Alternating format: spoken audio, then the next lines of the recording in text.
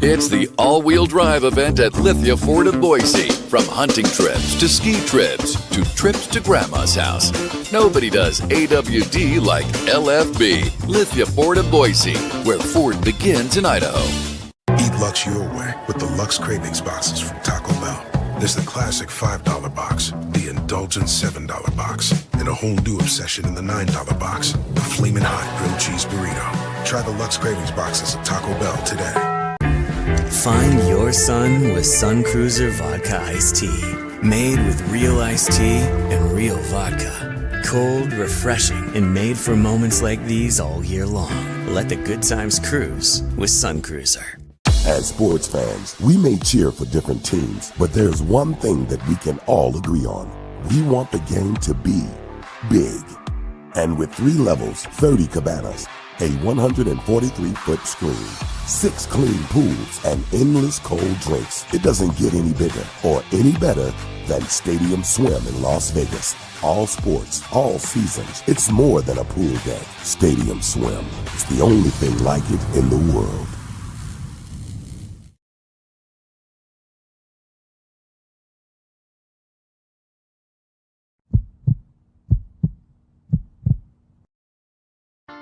The final buzzer is sounded on another night of Mountain West basketball, and it's time to break down the action with Tom Moser on another night in the Mountain West, presented by Circa Sports. Headed to Las Vegas for the Mountain West tournament in March? Make sure to stay at Circa Las Vegas and watch all the action at Stadium Swim, where the sports are on 365 days a year. Another night in the Mountain West has interviews, analysis, opinions after the final Mountain West basketball game of the day wraps up. All BNN broadcasts come from the Sun Cruiser Studios. Sunny days call for Sun Cruiser Vodka Iced Tea, made with real iced tea and real vodka. It's refreshingly smooth and easy to drink. Crack open a Sun Cruiser and let the good times cruise. The title sponsor of Bronco Nation News is Lithia Ford of Boise.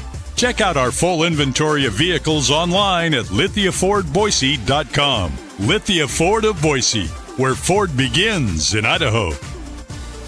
Did your team just get a big win? Suffer a bad loss? Come discuss it with us. Send us a comment or question in the ICCU YouTube chat, or leave us a voicemail at speakpipe.com/BNN. Now let's go to the Sun Cruiser Studios and join Tom Moser for another night in the Mountain West on Bronco Nation News.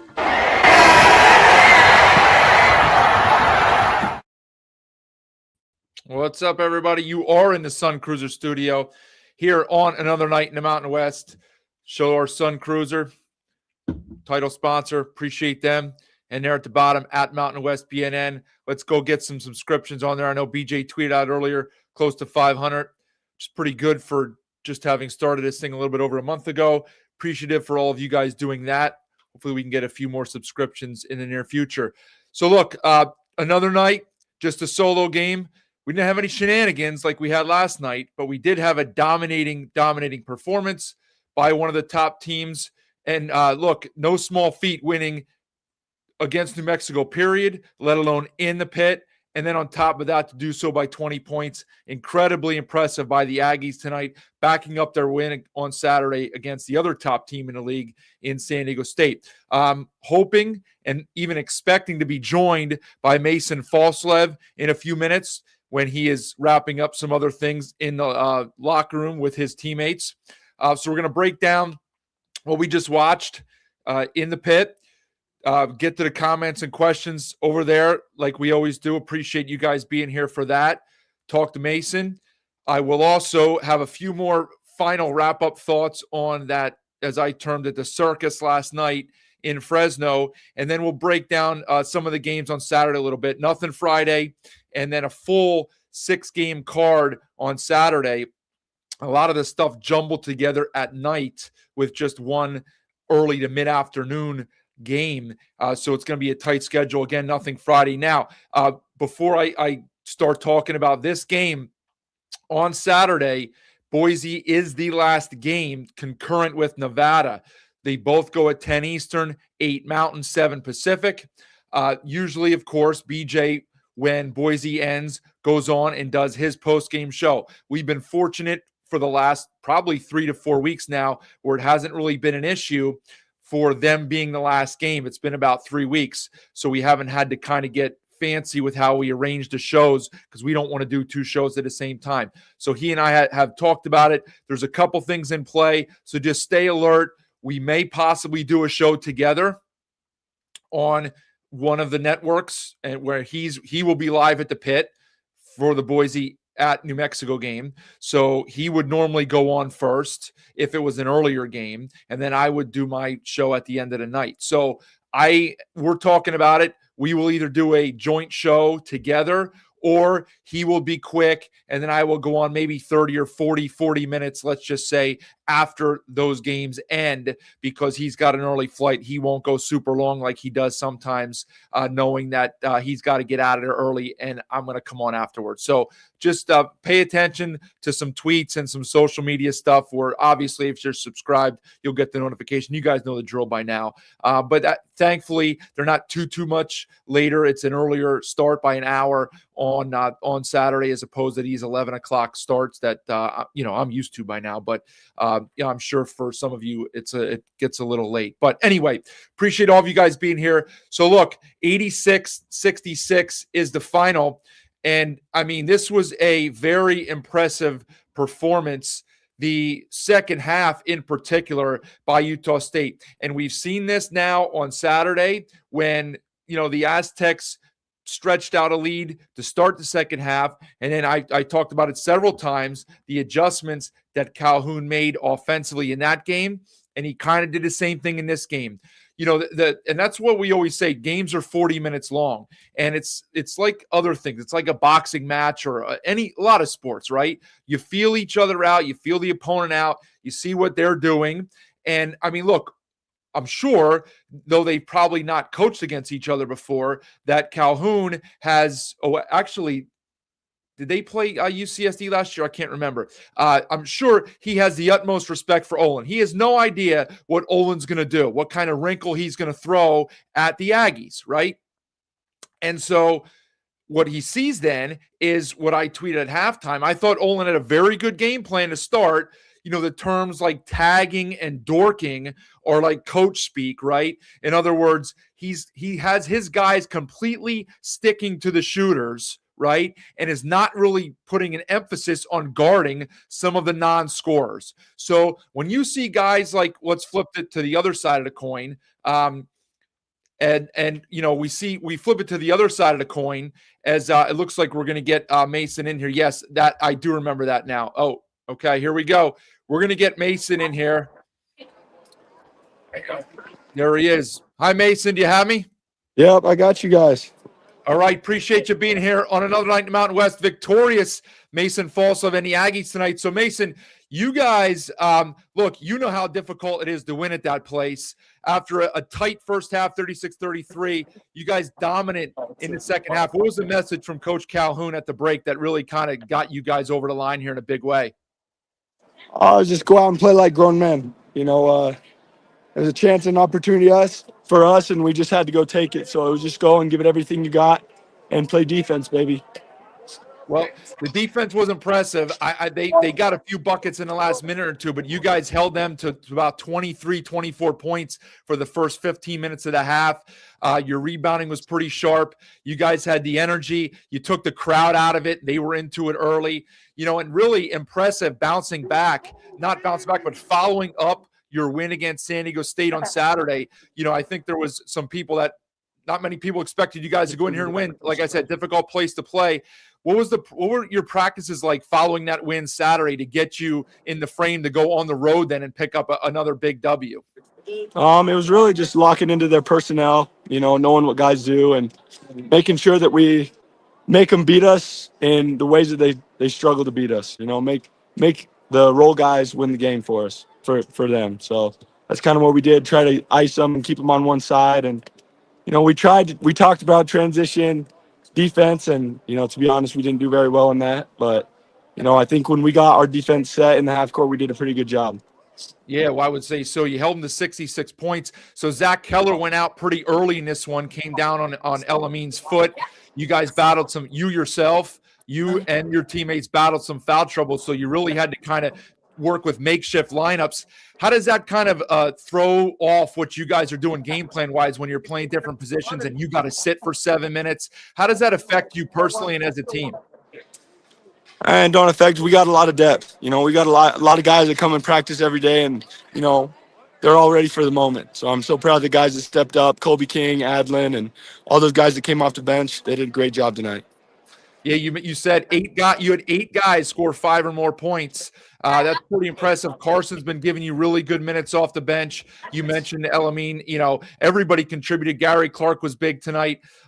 What is it? So you guys now, you're in a good position, tied with San Diego State. We got about 4 weeks left in the regular season here. What's it going to take for Utah State to be the Mountain West Conference regular season champs in 4 weeks? What do you guys need to improve on and get and really kind of work at to get yourselves that championship trophy? It's just about ourselves. We take it day by day. We just grow and continue to become the best team that we can be. Locking in on offense and defense, and giving glory to God and making sure that we put Him first in our life so that He can carry us through the hard times. Well, you got a short turnaround now. You're going to go back home. You got Wyoming coming up on Saturday. I don't think you played Wyoming yet. So what's the message going to be? What do you expect the next couple days out of practice? And what do you expect here on Saturday night back in front of what should be a great crowd at the Spectrum for the Wyoming game on Saturday night? I'm pretty sure we play them at Wyoming. Oh, it is, you're right. It is we on played the road. them, I think, last week at our place. So, it's pretty fresh on our mind still. But, they like to rebound, and, they're a hard-nosed team. So we got to be ready for that. Yeah, for sure. All right, well, let me get you out of here with this one, Mason. The atmosphere at the pit there, you just faced this one. Obviously, most people are now going to be looking to, as you guys are tied with San Diego State, your game in a few weeks. I know you got several games before then, but what are your thoughts on the rematch with the Aztecs when you go to Viejas in a few weeks? It's going to be a battle, and I'm excited for it. It's going to be a fun game, fun atmosphere, and I just got to make the most of it, So does our team. I'm pretty old. I'm going to be a senior next year, so I just got to live in the moment and enjoy every second of it. Well, it looks like you guys are certainly enjoying playing together as a team with your teammates, and obviously you had a lot of fun out there tonight. So, Mason, appreciate you taking some time out of your post-game celebration to join us here on another night in Mountain West. Go celebrate with your teammates, and best of luck on Saturday. Thank you. Appreciate it. You got it. All right, that was Mason Falslev. I did forget that they did get Wyoming a week or two ago, so they will be in Laramie.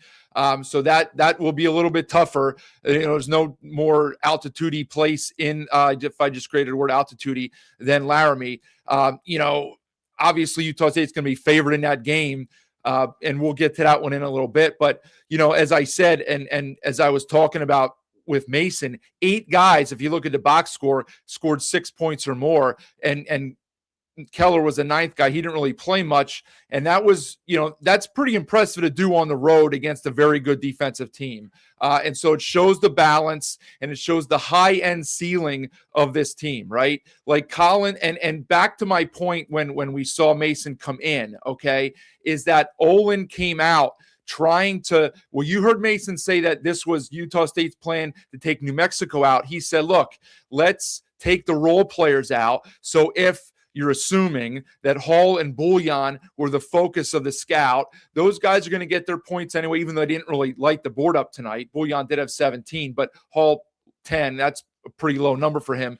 If we can take the other guys out and not let them get their points, they're not going to be able to score enough to beat us. Very simple, right?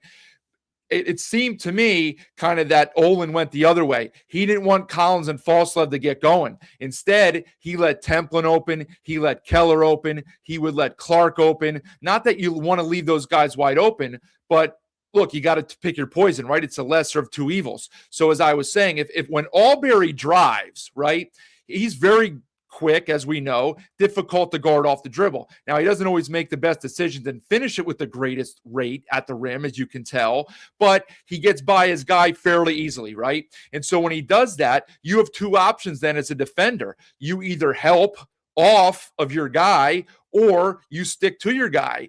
And what Olin decided was, we're not going to leave the Utah State shooters, and we're going to guard them tight, and we're going to make somebody else beat us. And I know Utah State led at the half, but they fired a lot of threes up, and I don't really think that that's, one of their fans had commented on socials, I thought was accurate. They kind of just took what was given to them. Those weren't their preferred shots, right?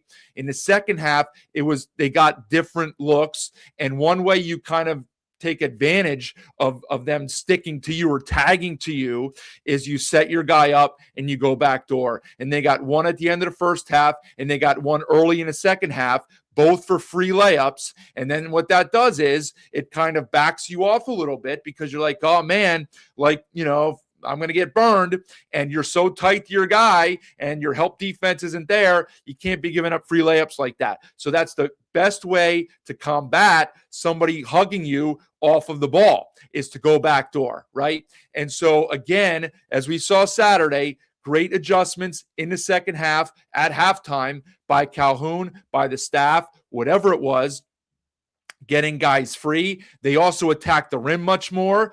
I don't know if they saw a little softness in the Lobo defense. I mean, it wasn't the Lobos' best defensive effort. They gave up 86 at home. That's not really what we're used to seeing. They shot, what did they shoot?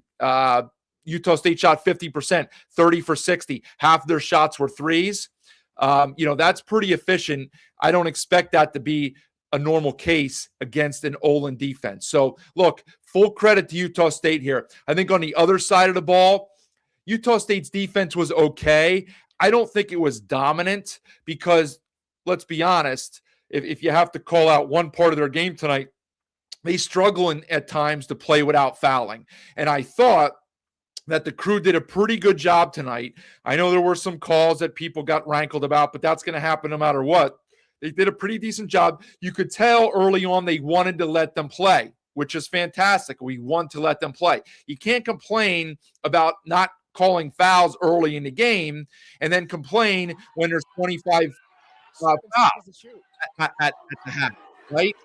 As we see some highlights here, that was all one of his few makes from the field early on. That tells you that was real early. He didn't get another one, I think, all night to fall. But you can't have it both ways, right? You can't complain when they're not calling fouls and then complain when they're calling fouls. So I would rather have them let them play. And if they're going to call it that way all night, and you both know you're going to get hit sometimes and not get a call, that's great. The problem is New Mexico is being very aggressive, which is good. They didn't fire a ton of threes up tonight, only 13, which might be a season low for them. I'd have to check that out, or maybe see what Jeff Grammer says. Probably a season low for them. But they did attack the rim, and Utah State had a difficult time staying in front. And as a result, as you get a look at when Utah State kind of started to stretch it out here, Falslev hit a couple threes in the first half. New Mexico hung around. They actually did take a lead then. Here was another one from Mason that they got up by 8. After this point, New Mexico then made a good run. So, as I was saying, I just, there's King. So Mason said a lot of guys contributed. Good balance. Again, when they got all these guys clicking, they're pretty. There's the back door right there. Collins for the dunk. You overplay, you can't have it all, right? You can't take away they're trying to deny a wing pass to let Collins create one-on-one. Well, you can't take both sets away, right? There was Hall's other 3. He had 2 for the game, both in the first half. But anyway, I thought the officials did a good job. But back to Utah State, little difficulty guarding off the dribble. They had a few fouls then right away in the second half. Ultimately, they just threw New Mexico out of rhythm. The air went out of the pit. You could hear a pin drop for large portions of the second half. As we continue to watch the Aggies bomb away, there's Collins from the mid-range. Templin even hit one. I thought early on, El-Amin here kicks in the corner. That's the one that Templin hits right there. When Templin was, look, he took a couple in a row in the first half, and I was like, yeah, like that. There's a reason that you're open, right? This is by design that you are open getting these shots and not Collins or Falslev or anybody else, right? And I'm sure Olin was fine with Drake Allen shooting too. There you get a look at Tenet with a steal and a dunk. I think we get an El-Amin 3 here. This one, if there was any doubt, kind of salted it away right there to put him up 18. So, let's get to some of the comments before I kind of keep going with this game here. Yeah, Olin, I did remember that, JR, that UCSD ended Utah State's perfect record last year. Yeah, Vic and JR both commented on that. I did remember that. So Matt says the Lobos seem weak inside, especially on defense, bad matchups. I mean, look, you know who you got to call out, right? Is Chol. Like he was non-existent tonight. He's a guy that Lobo fans were excited about, and for good reason. He was an All-American JUCO style last year, and as we've seen, JUCO, NAIA, D2 guys can come into this league and have an impact. They can and they have, right? And so for Chol to play 23 minutes, 2 points on 1 for 3 from the floor. It was a nice drive to the hole, but it was early. 1 rebound. So he had 1 more rebound than all of us watching combined. Okay. 1 turnover, fine. No assists. I could not have told you that he played 23 minutes, right? Like he needs to be better for this team to reach their ceiling or to get, clearly they're in the top 3 of the conference, but now there's no other way to say it. They're third. They got to be third in the pecking order, right? And I'll tell you what, they better watch it or they're going to wind up slipping behind Grand Canyon because they're going to be an underdog when they go next week and play at Grand Canyon. They are going to be an underdog in that game. Now, it doesn't mean they can't win, but they're going to be an underdog. And if they lose that game, they're going to be staring at the 4 seed very, very quickly. And they're going to be in trouble when you start seeing the bracketologists start digging in here, okay? Because GCU has a much, I don't want to call it an easy schedule, but they have a better schedule in the last 5 weeks here than New Mexico does, okay? What else can we put on here? There's no doubt, Vic. Mason shows up when the chips are down. Okay, he just finds a way to get it done. He just does, and he's done it for years. I heard him say there at the end, he slipped it in. I'm sure he was just him talking. He didn't mean anything by it. But when he says he's getting old and he's going to be a senior next year, like most guys in his position, you would say there is no chance that he'll be back next year, but I really do think there's a chance he comes back. I think some of that is tied to Calhoun. We'll have plenty of time to talk about that later, but man, if you can keep Falslev and Logan for another year, that's like the coup of all coups. Yeah, he answers the bell with all of it, scoring, steals, rebounds, all of it. Yeah, Jake, you have to put Utah State at number 1 now. They've beaten the 2 teams ahead of them. There's no doubt about it. Yes, 100%. We're going to get it started. We've already gotten it started winning. So, Juan, I agree. When Utah State plays like they played tonight, they're the best in the conference. And, I said this before the game last Saturday against San Diego State. I thought they had more avenues to wins, and that's what showed up tonight, right? It wasn't Falslev going for 29 or Collins going for 30 like we saw him do in the MTE. I mean, they played okay. Collins with 14 and Falslev with 19, but Templin with 12, Elamine 11, Drake Allen 9, even though he still can't make a 3, and you get 8 from King and 6 from Clark. I mean, that's pretty good basketball. You only turn it over 12 times on the road against a good defensive team. I mean, man, as a Nevada fan here, hats off to Utah State. Tough to win on the road. Yeah, Gonzaga lost tonight at Portland. I don't know if that was their second, maybe only their second, at most their third loss of the year. So it's not easy to win on the road. And I mean, especially at this place. But I had said it before in the last couple shows here as we get the stats back up there. I mean, listen, streaks end. Arkansas just had a long winning streak. Kentucky snapped it on Saturday. If they play this game 10 times, maybe New Mexico wins it 6 or 7, but they play it once. That's what makes college hoops great, and Utah State was the better team tonight, okay? John Buchanan, Mr. Buchanan, on the midnight shift from Lafayette, Indiana. Go Broncos. All right. BJ, feels like New Mexico might have been exposed a little bit tonight. They don't have a ton of great wins. They beat Nevada and GCU at home. Yeah, I mean, listen, the fact is, BJ, you can't argue with that, right? A little bit like Nevada in a sense, where they've kind of beaten the teams they should have beaten. Mississippi State, unfortunately, is not very good as an SEC. It's an SEC win. They're not going to make the tournament. They're not very good. There's no problem with their losses, right? We've said it before. No shame in losing to Nebraska, clearly. And no shame in losing at San Diego State and tonight to Utah State. Okay, no shame in those at all. And there's no shame in losing at Boise. But do they have a ceiling? I've been very much on the record here about two things. One, praising Olin beyond belief. Two, saying that I don't think they have the top end talent. Okay. And again, I think both things are true. And so what you're seeing then is when they go against that top end talent, it's tough, right? Like some people, well, it's some people say it's the Jimmies and the Joes. Some people say it's the X's and the O's, right? You need a little bit of both. Okay. You can have all the X's and O's in the world, but if the other team has the better Jimmies and the Joes and they're coached well, that's a difference. Okay. Sorry, UNLV fans, but if Pastner was roaming the sidelines tonight with this outfit, it would be a different story. Okay. Instead, you're going up against one of the other sharp coaches in the conference, and it's not going to be easy to kind of take advantage of that. All right. The way that Olin did last year in the Big West or some of these other games. Okay. That's the truth of the matter. Let's see. What else can we get?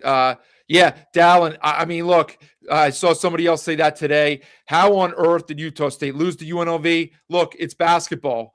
It's just the way things work. Again, if they played that game 100 times, Utah State would win 95, maybe even 97, but they didn't win that night. It's unfortunate. They'll have a chance to beat them when they go to Vegas, and there won't be anybody there. I guess the Aggies are the top team. Well, I mean, the fact is that, they are tied for first. I know they beat San State. We have a video. Okay. How did they squander that 14-point lead? Good question. I wish I knew.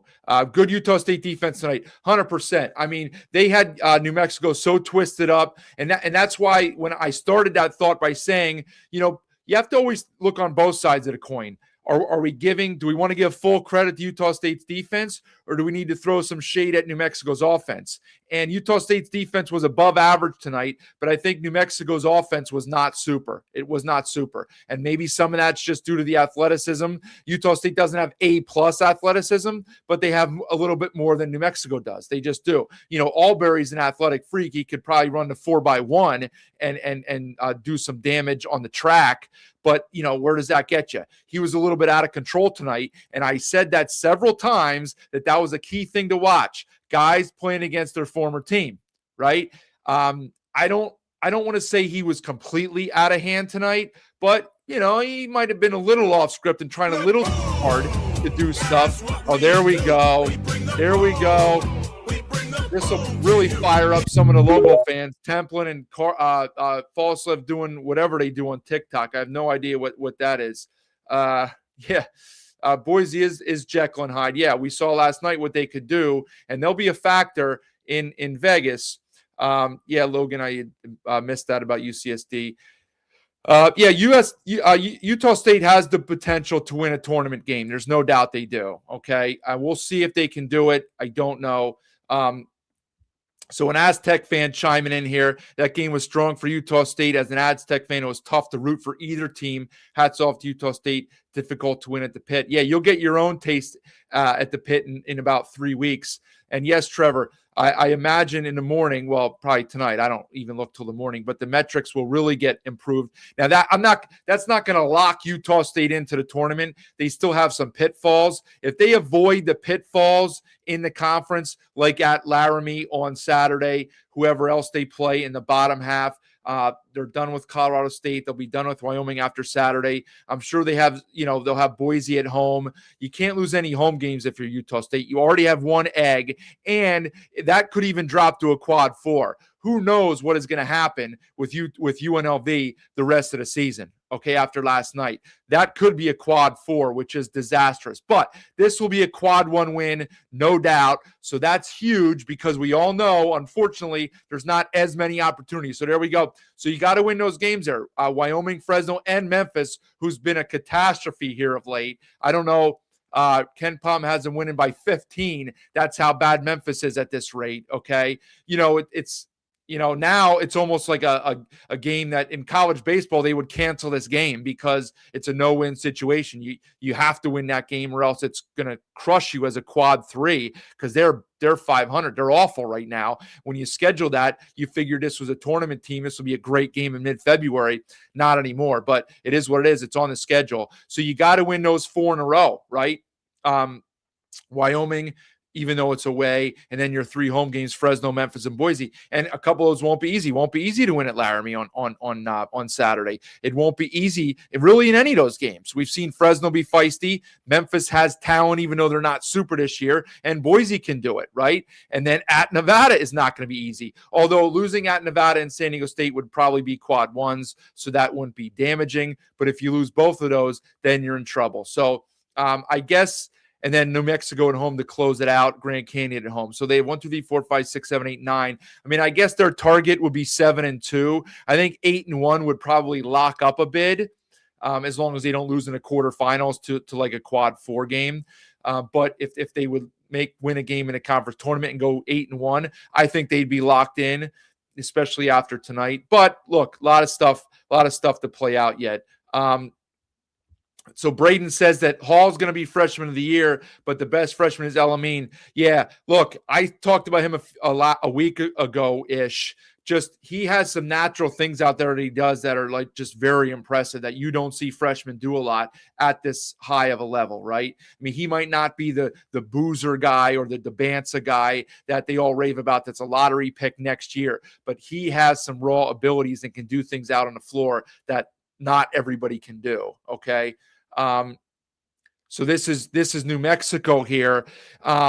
Obviously the big home one against Boise. Now, I didn't talk about their metrics. They're going to take a little bit of a hit, okay? This will probably go, well, I guess it probably will be a quad 1 actually, because Utah State's high enough.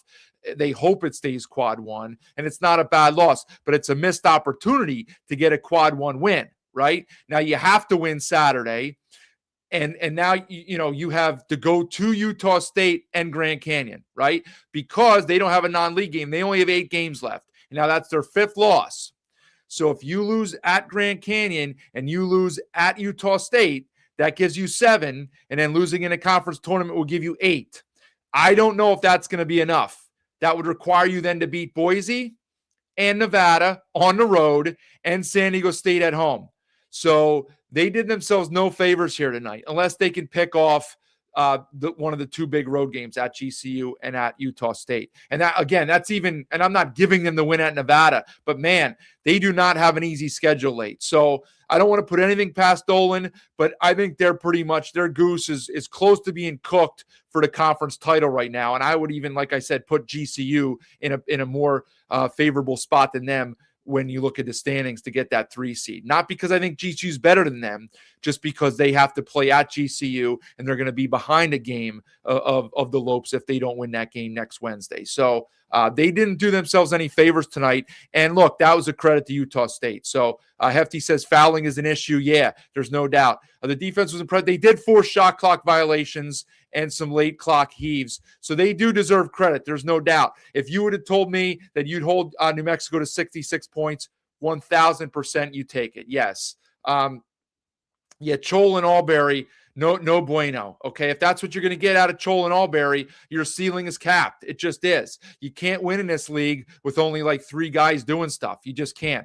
Hop gives you a lot of good stuff out there, but he's not going to go for 16 points, right? What did he give you then? He gave you 7. Okay. So Miller, you got 11 from Miller. That's like absolute bonus. Okay. Now a couple of those buckets were garbage in the last few minutes because he hit a 3 early and he was kind of quiet other than that. If Tannet's your 3rd guy, that's okay. But now your top 3 scorers are all freshmen. All right. This isn't Duke or Kentucky where you're bringing in 5-star after 5-star. That's only going to take you so far. Okay. Brooks says, regarding officiating, be consistent, call it tight, call it loose. I thought they were consistent tonight. I didn't think they did a bad job. I didn't think they were noticeable. Now, part of that is because Utah State just dominated in the second half. But look, I didn't think they were bad in the first half. I know people had issue with that goaltending call. Now, here's my take on that, right?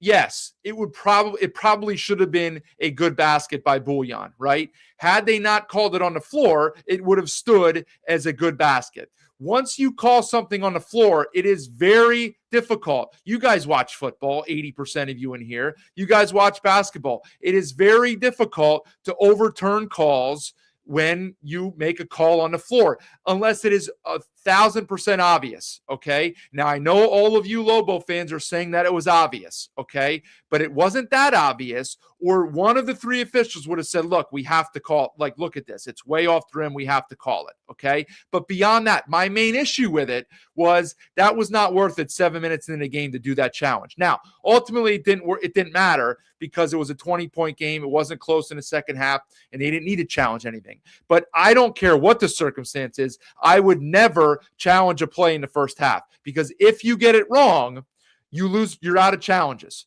Okay, the timeout doesn't really matter unless you've already used one, okay, because you get one in the first half and you lose it if you don't use it. So he lost his use it or lose it, whatever, okay? I'm sure he's going to have some words for the monitor, for the iPad guy that told him to review it, okay? Because we all know you can't trust the players because they tell you to review everything, all right? They're like the ones that never think they could call for fouls. So you can't trust the players. But they have a coach or one of the 42 support people behind the bench or at the end of the bench that looks at it and says, yeah, review it. Well, he's going to be running some laps or doing some push-ups at practice tomorrow because you can't get that wrong, okay? Like Olin doesn't have time to go look at it. He's got to coach the game. He's got to trust somebody, and the guy let him down. But I would never challenge anything in the first half. Even if you get it right, you're maxed out at one more challenge in the second half. It's just not worth it. It's not worth it. Okay. There are too many things that could happen in the second half when you need those challenges. It's just not worth it. Now, that's me. You guys may disagree. That's fine. Yeah, and Aggie, I agree with you. It's very difficult to get all three on the same page that call it the same way because most of the time, one of them wants to make it about him. Now, I did hear that Kelly Pfeiffer, who was front and center in the circus last night at Fresno, he had that. There was one call that stood out as very poor, was the Bouillon foul on the Collins flop shooting the three, right? And somebody who was there said that when he looked, apparently, I'm taking somebody's word for this, that he looked at the replay up on a screen or wherever it was because the fans were screaming, and he kind of like, looked a little after it because he knew he botched it, right? So, that can have an impact on you, but guys make mistakes, right? Like, Bouillon probably should not have put his hand near the stomach of it, okay? I mean, I know I say sometimes, jab at him, whatever. Look, it was a good crew, 25, 29, 34. Now, we take issue with Pfeiffer because of nights like last night when he initiates 72 reviews and calls 65 fouls. But he's getting good games. And so is Randy Richardson and Carsonson. Again, I thought they did a good job. You're never going to get a crew that is perfect. You're just not. There's too many possessions in a game. These athletes are too good. They're too fast. It's too difficult to officiate games, okay? So don't expect perfection. They're humans, right? Yeah, absolutely. Back-to-back second-half masterclasses, Daniel. And that's coaching. That's coaching. I've been high on Olin and his adjustments. Well, Calhoun kind of said, I'll call you and raise you on top of that. The roster after Hall and Bouillon, there's not as much depth, 100%. And this is where, even though he doesn't score a lot, this is probably where you need a guy like Chris Howell because, who knows? He might be able to give you some or just give you some extra minutes out there because the guys like you, and again, you got 11 out of Miller tonight, and you're not going to get that much. I mean, this might be the second or third game he's done it all year. He's not a guy who's ready to consistently contribute in this league on a good team, right? And they just don't have the depth. And that's why Olin deserves massive credit for getting this team where they've gotten so far. Before I go any further, don't forget, let me plug the Sun Cruiser again. We're about halfway through the episode here, maybe even more. A lot of you in here, really appreciate that. Go get yourself some Sun Cruiser. Maybe the Lobo fans need it after tonight. Thank the Mountain West Network for that highlight package that we showed before. Elamine, he's a true freshman. Yeah, no doubt. Interesting. Wanted to get back to a couple other things here before I move on. Impressive game for Utah State. Second half of conference play. Many must-watch games every night. New Mexico will be 4-5. Yeah, they have some tough games coming up. There's no doubt about it. Okay. So Aggie, I assume that's you talking about what I said with Falslev sticking around. That's fantastic. There's no doubt, Brooke. Not many teams can do that. to the Lobos because they play smart. And they didn't have their best game tonight, but Utah State definitely deserves a lot of credit for that. Yeah, and if Utah State plays like this, they can win a game or two in a tournament. So, yeah, Calhoun. Yeah, it's not difficult, Hefty, to tell when Calhoun is upset with his guys. It is not difficult to tell. Some guys kind of hide it. Calhoun does not. He is pretty demonstrative with his pacing and his head down and sometimes his hands gesture, right? Alford, you can't tell. He stays even keel, okay? Calhoun, he does not. Okay, and yeah, Aggie, Lobos have several games that are going to be difficult. Daniel, I try to bring the boom. This win, assuming no bad losses, feels like a clinch an at-large berth, as close as you can get at this point. Again, you got to avoid the bad losses, and unfortunately, we have several games like that, and that's what puts us differently than playing in the SEC. You watch these games. I forget who it was last night. Oh, it was Oklahoma State tonight, who's like one of those last four in, first four out teams on the bubble, right?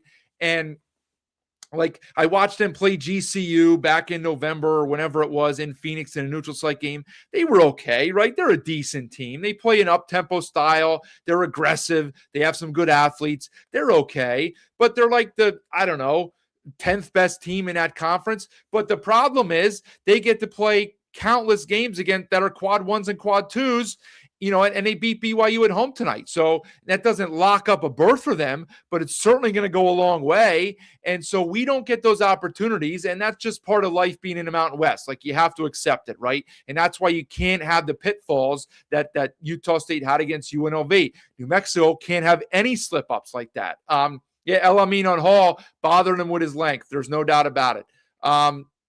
Yeah, Craig, we'll find out. I mean, look, I think Olin's proven he's for real. Like, he's done enough good. I wouldn't sell him down the river yet, like, just because he got beat tonight. This wasn't solely on him.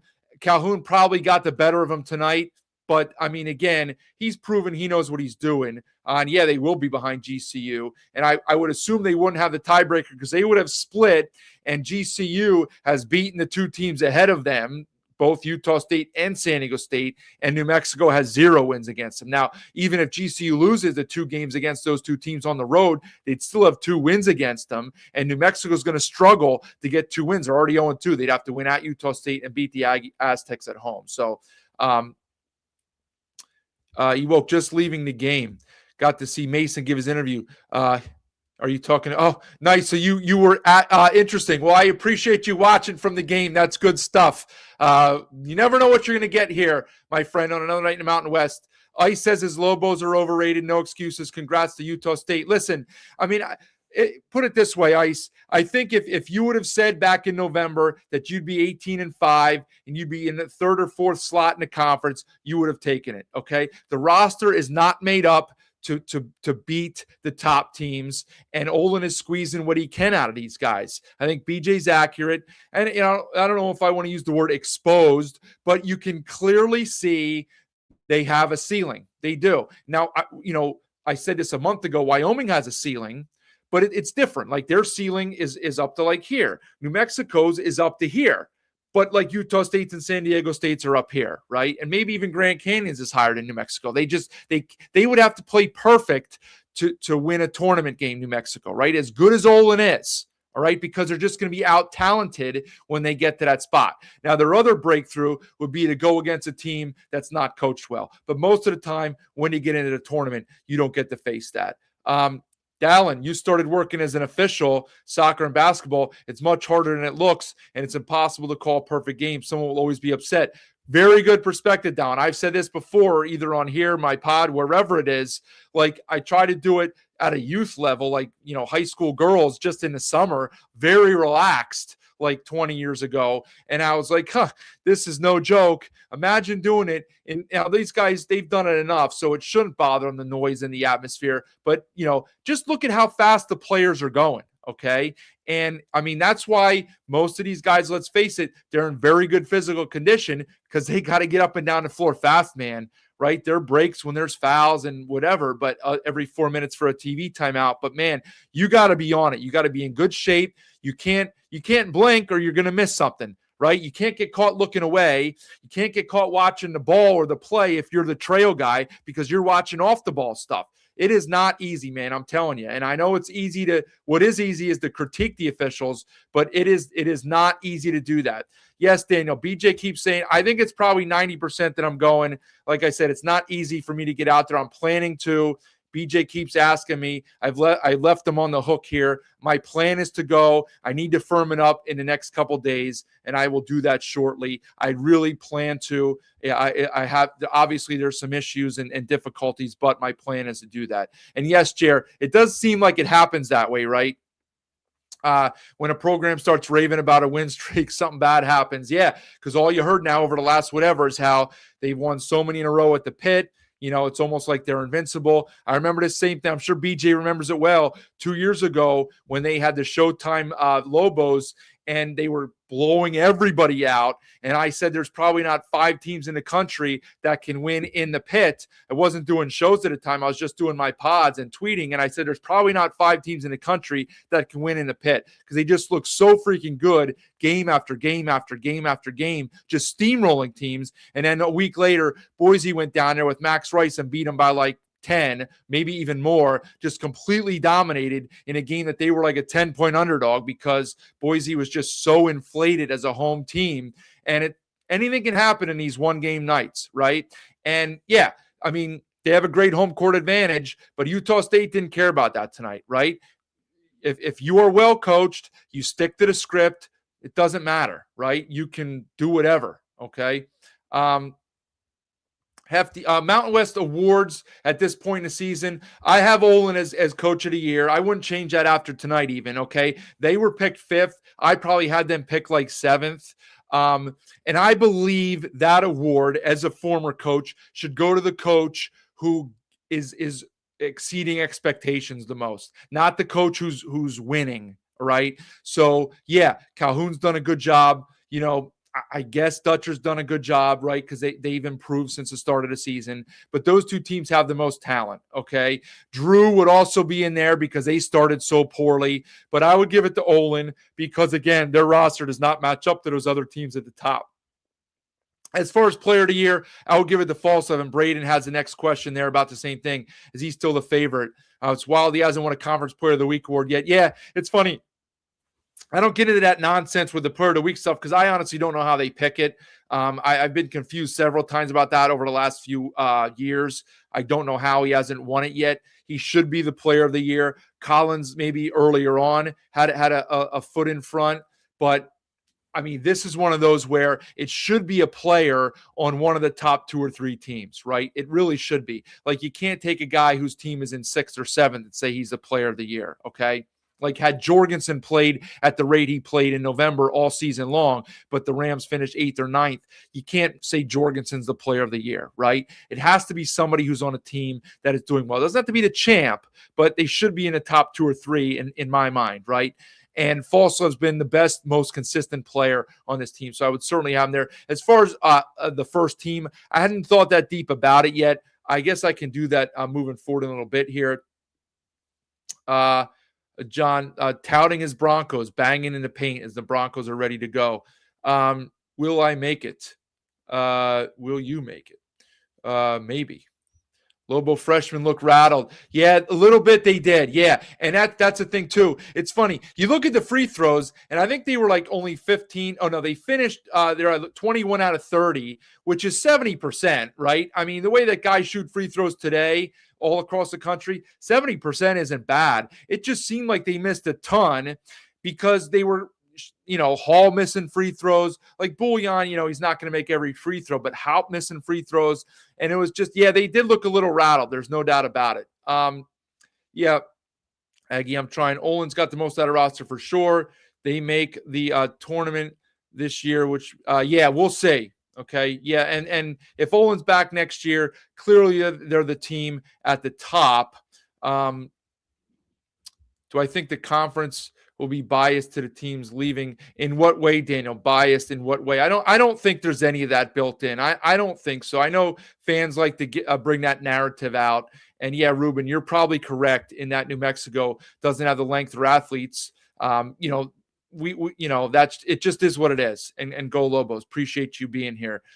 Olin, good pick for Wahlberg, dark horse. Yeah, I saw BJ said that. That's a good call too, Braden. Yeah, I mean, let's see how they finish. Right, if they can get up close to 500, I think he deserves some shouts. There's no doubt about it. Now, if they finish 7-13, it's difficult to kind of do that. I know they only won 2 conference games last year. But if you go 7-13, it's hard to do that. If you go 10-10, they get like the 7 seed, maybe even the 6 seed. Probably not 6. I think 7's probably maxing it out for them. But if they get the 7 seed and they go 10-10, he probably deserves some merit, especially if New Mexico will lose a few more games and finish like 14-6 or even 13-7. So, absolutely. What do we got on here? To whom it may concern, a Lobos permission slip. Please excuse Lobos from all response. Oh, Utah State. Oh, boy, we got some smack talk on the socials from the Aggies.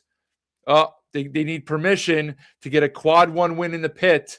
I guess, hey, look, all is fair on social media when you get a road win in the pit, right? And listen, the Lobos will have a chance to even the score, and it's not going to be easy. But guess what? It wasn't easy for the Aggies to go down and do it tonight. So massive credit. Spent plenty of time on this one. I want to talk for a couple minutes, and I had thought all day about leading the show with this. I really wanted to. Partly because I wanted to wait and let some of the fans at the game trickle in and not miss a lot. But I decided against it and figured we'd just obviously start with the game since most people had just watched and came in right away. Appreciate you guys doing that. But I wanted to add a couple thoughts because as that was going on last night, I didn't know what I was getting into, right? I started it. UNLV was up by 7 or 8 or whatever they were up for most of the last couple minutes. And it was kind of like a joke as it got closer and it wasn't ending. And we had review after review and foul after foul and timeout after timeout. And then as I realized that, oh my God, like they actually are in danger of like blowing this. I was kind of upset at first that I didn't wait because, it's, after another night in Mountain West after the final horn, right? We always do that unless there's some type of extenuating circumstance, right? And yeah, Jer, this is the last thing I will say because I want to say this too. People freak out after one loss. It's just one loss. Utah State deserved the win. They had a great game plan. They played better. So I wouldn't jump ship yet. You got outplayed tonight. And John, you were there too. Utah State was really good in the second half.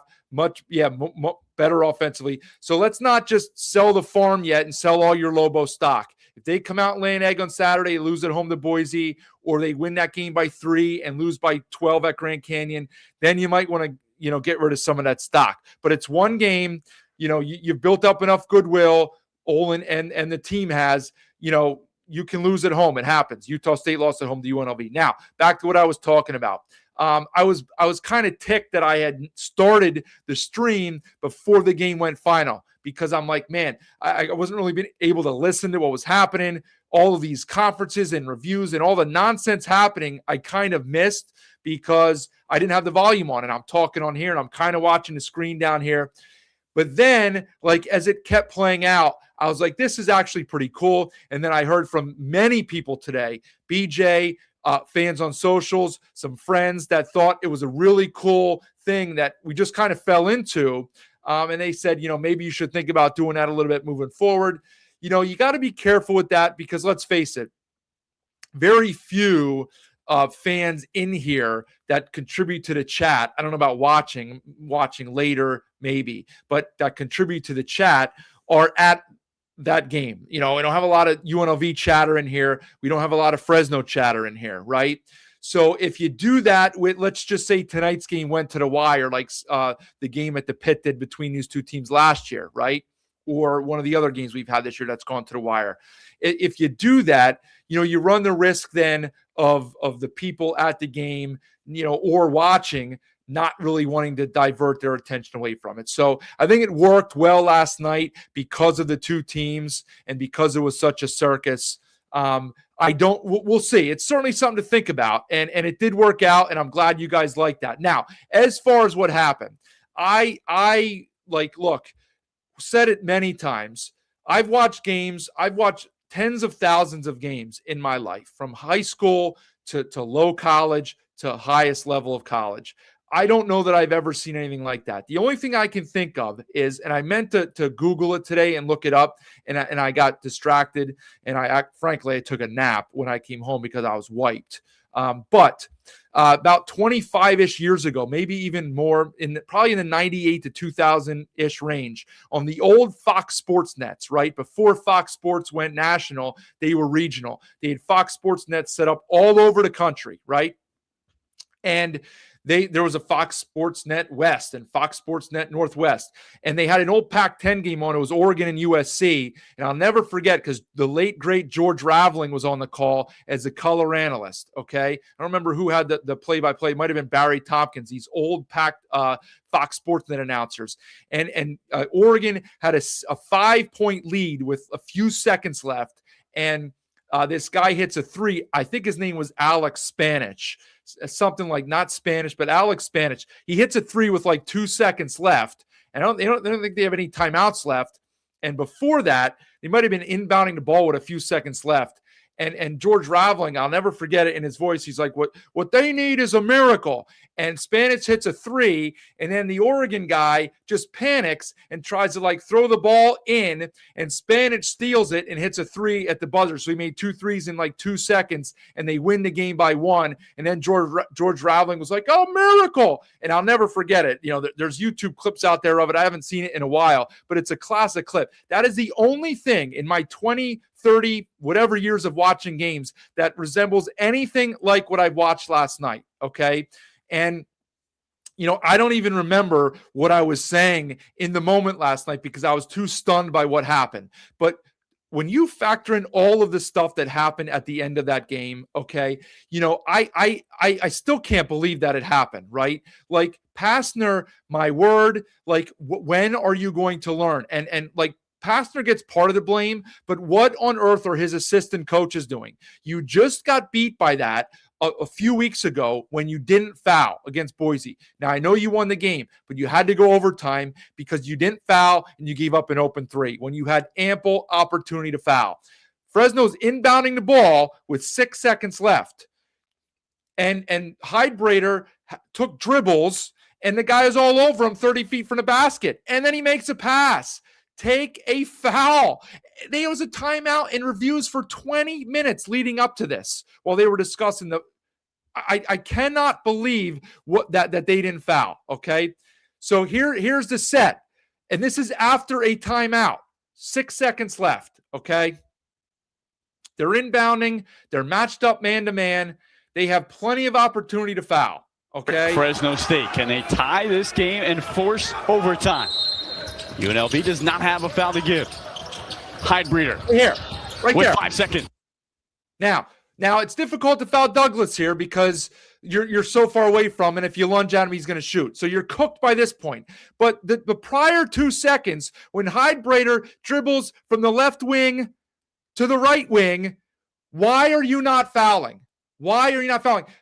Watch this. Catch the ball right here. Foul. Foul, foul, foul. What are you doing? And I didn't even mention the fact that you guys that were watching with me know they had no players left.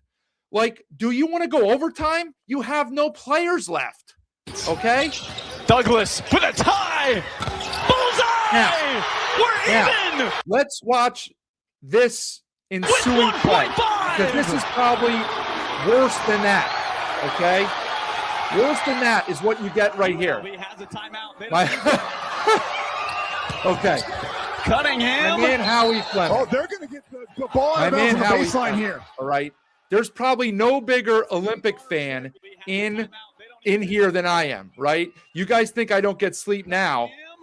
Wait until the next 2 weeks when I'm up watching. Look at Howie Fleming. He thinks he's doing the discus or the caber toss, okay?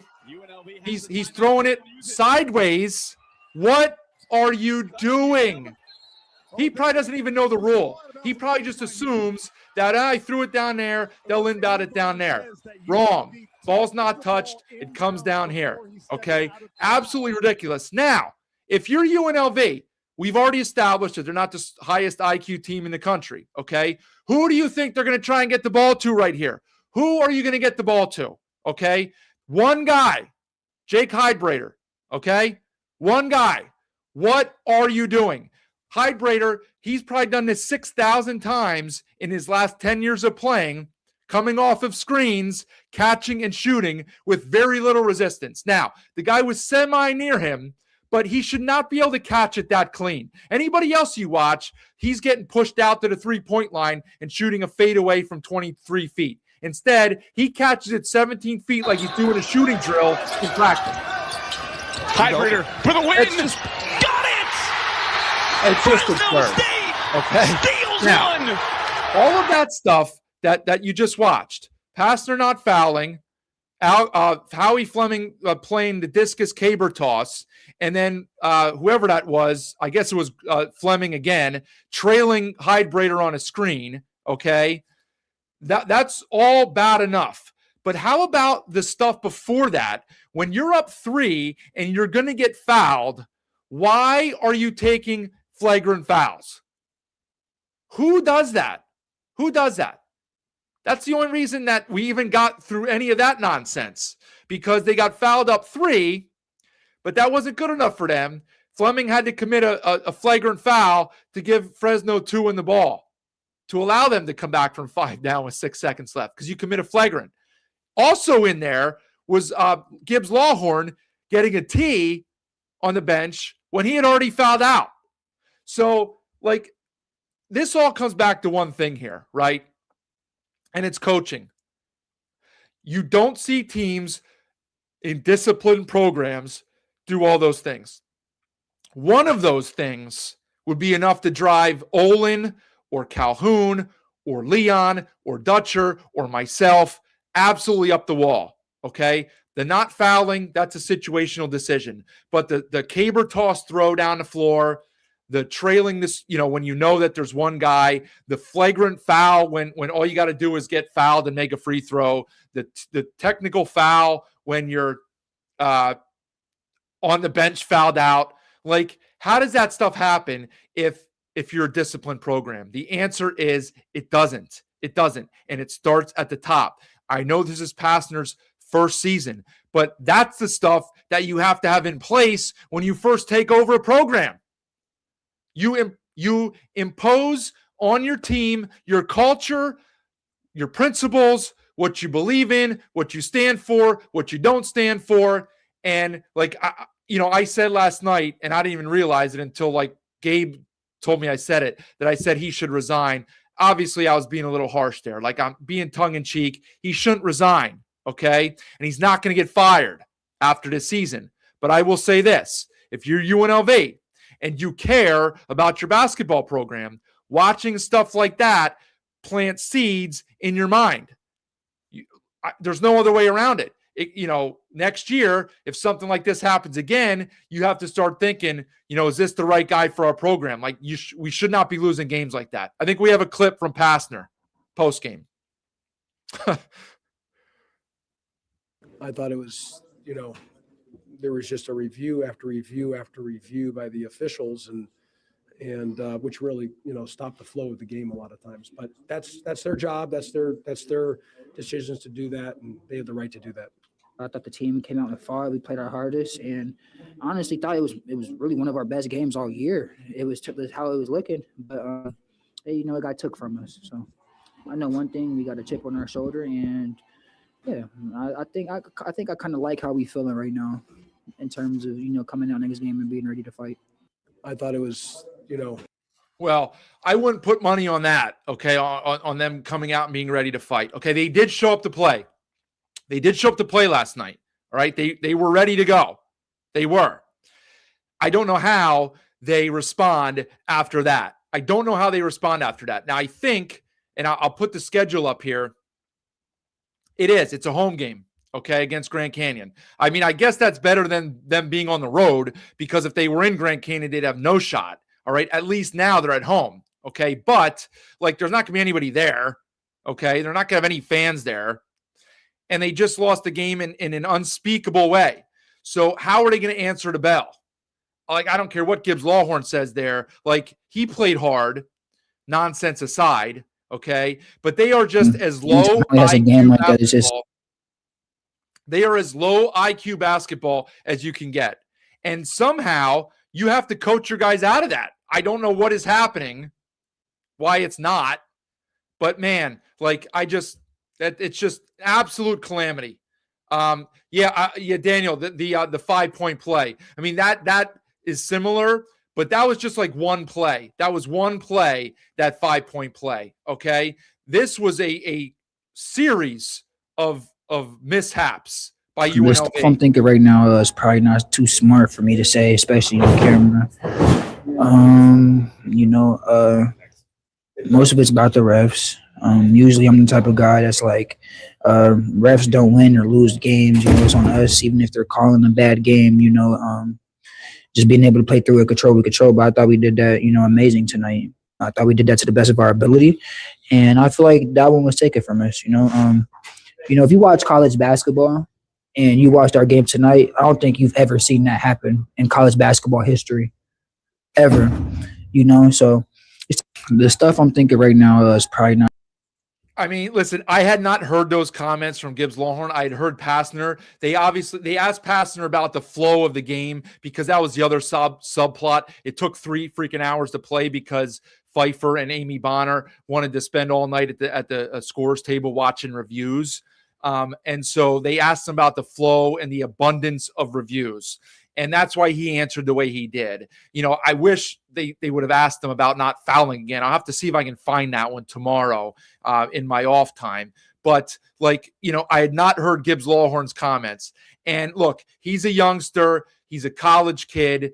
I don't think anybody, because I read plenty of UNLV Twitter today, all right? And their takes were hilarious. And none of them insinuated that the game was taken from them. Yeah, they said there were a million fouls called, but that was an even atrocity in terms of fouls. It was not slanted in any way. If you want to blame somebody, Dre, you blame your own basketball IQ. Okay, because what do they have in football? Like the Wonderlic test for quarterbacks? I need to come up with like a basketball IQ test. Maybe they can call it the Moser test. Okay, UNLV would be in summer school and never pass because they have no clue how to play. They don't. I don't know how you can advance this far in basketball and not know how to play. I mean, it's mind-boggling. So I'm sorry to laugh about it. But I'm just thinking about some of the UNLV Twitter today. It was funny. And they would disagree with Dre Gibbs Lawhorn. Let's just say that. Okay. Just one more on the Howie throw in where he kind of, threw it in the air and almost hit the scoreboard. I saw you talking to him. So what were you guys trying to do on that one again? We talked about just, two things. I told him one beforehand, because when they look at the time, we had a home run play.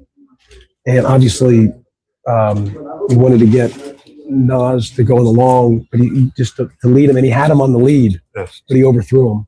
Secondly, I was just telling him, hey, on that, and I told him I'm going to take it on me that, because about the fouling part that I didn't communicate that well enough. Obviously, out of the timeout. That's not on him. Obviously, that's on me. I didn't do a good enough job communicating that on the initial foul because I knew it was going to be hard to go to overtime because of the Nas situation with 4 fouls. But in that timeout, going to the 1.5, we set up a home run play to have Nas lead, which he had him beat. Nas had the advantage on the defender, but he overthrew him. I think Josh is trying to convince himself as much as he's trying to convince us because, I mean, it doesn't matter that he had him. It's about like the type of pass he threw. If you throw a baseball pass like Grant Hill style to Christian Laettner, right? Like it's much more likely your distance control, like for you golfers out there, right? You're not hitting driver from 100 yards out. You're hitting an iron where you can control your distance. If you throw a baseball pass that you throw every day at practice, you're going to control where it's going. I highly doubt that Howie and the Rebels are practicing caber toss home run plays at practice. I can't believe what I'm hearing. I almost like feel bad but it's comical. It's comical. It's comical. I don't even know what to say anymore. And like, honestly, Pastner feels like he's trying to justify this stuff to himself almost as much as he is when these questions come, because it's wild. So I don't know. Listen, I got a couple more comments. I want to talk for a few minutes about Saturday. Braden, you were curious how Dayton would look. Yeah, he wanted to prove something. That was my worry too. That happens when guys go against their former team. Biggest miracle you saw, UNLV 2005 down 10 with 18 seconds left. I do not remember that. That would probably top almost this. I mean, it's kind of close, but 10 with 18 seconds is wild. That's wild.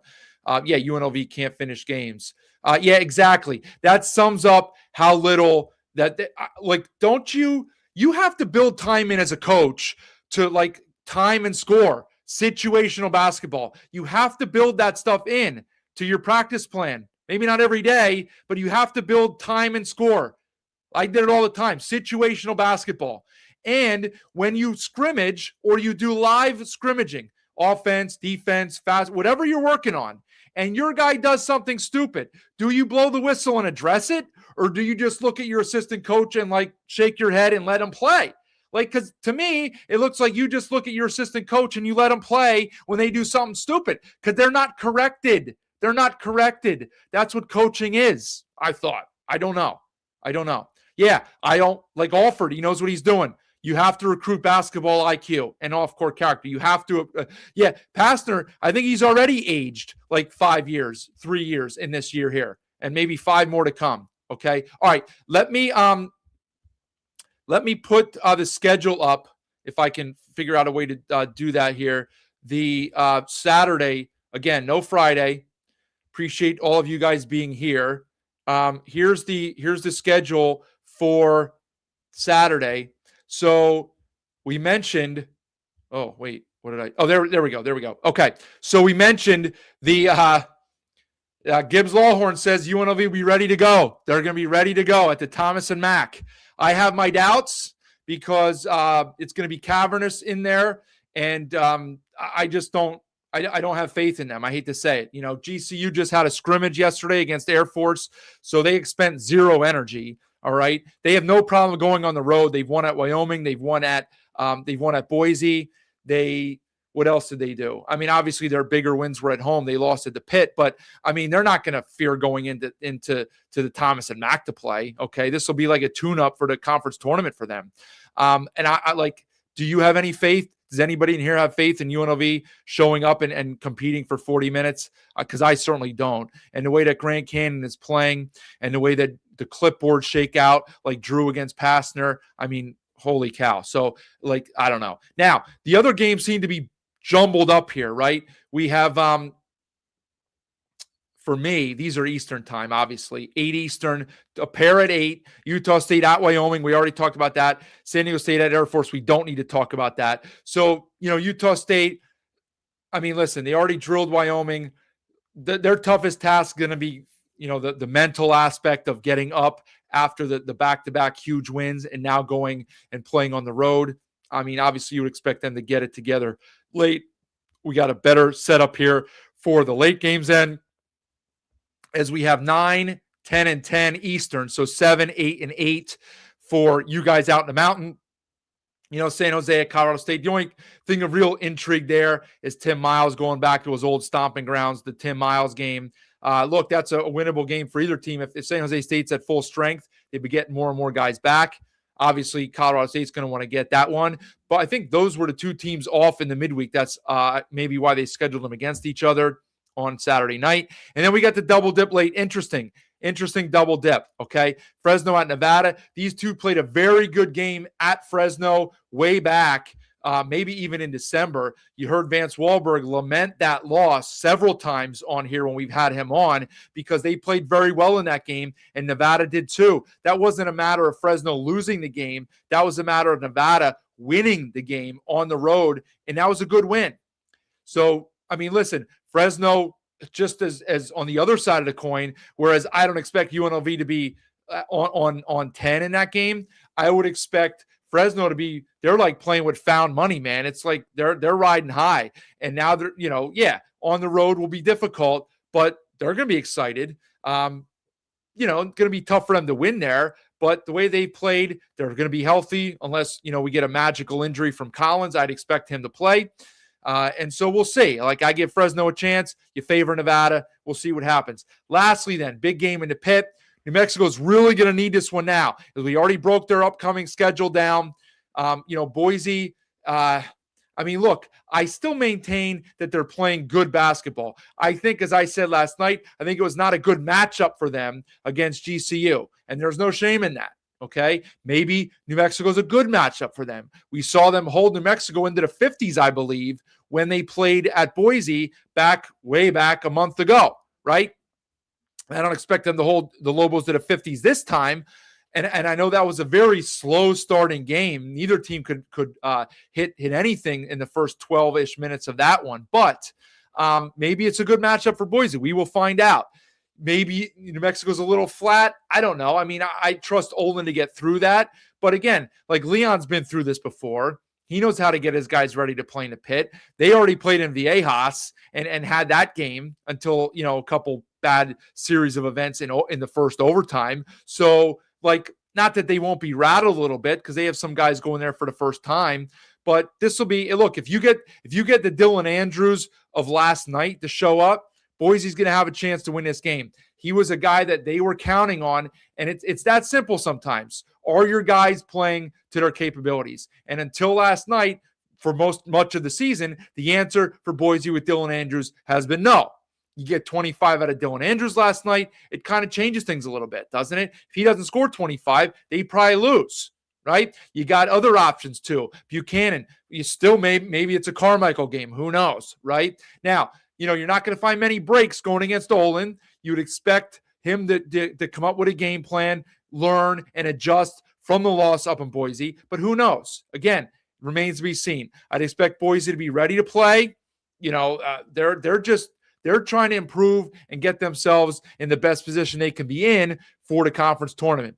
Okay. So, again, as I always do, I default and give the edge to the home team, but that meant nothing tonight, did it? So you got to see, who shows up to play. We'll see if the pit, if they're ready to go in the pit, right? I know they don't have a lot of love lost for Leon. They're not huge fans of Leon, much of Lobo Nation, but maybe they're slightly deflated after tonight. Don't know.